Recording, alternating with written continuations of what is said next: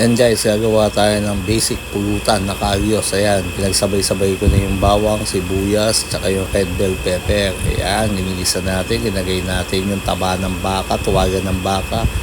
Ayan yun, sa dami ng papaitan ko, ginagyan ko na rin. Sabi, bawal daw yun, pero wala namang kakaing presidente ng Pilipinas. So, ginagay ko pa rin yan.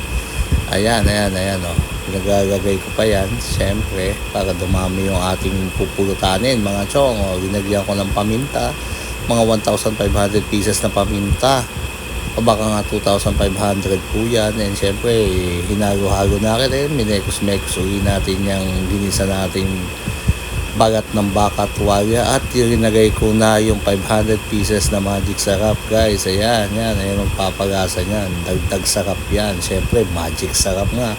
Pinagay ko na rin yung tomato sauce mga kaibigan. Ayan, yan, mekos-mekos tayo uli, minekos-mekos o yung stock nya. So gagay natin dyan yung pinagpakuluan ng bagat ng baka, tuwalya ng baka. Ayan pa yung tomato sauce, linahat ko na. At syempre, ganyan lang po, konting tubig. At ito na po ang finished product. Ayun na, shot puno na guys. Tara.